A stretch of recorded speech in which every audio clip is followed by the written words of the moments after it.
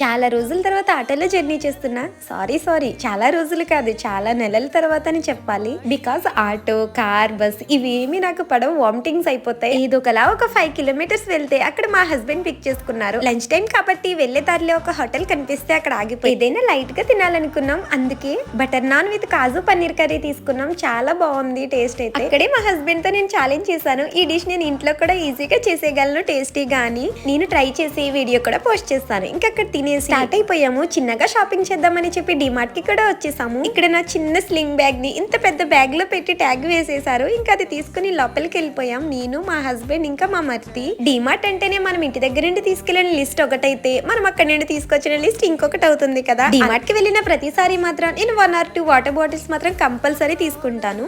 దాని తర్వాత ఇంకా టీ షర్ట్, షార్ట్స్ ఇవన్నీ ఇక్కడ కొంచెం రీజనబుల్ గా అనిపిస్తాయి కాబట్టి అవి కూడా తీసుకుని ఇంకా ఇంటికి స్టార్ట్ అయిపోయాం. ఈ వీడియో నచ్చితే లైక్, షేర్ అండ్ సబ్స్క్రైబ్.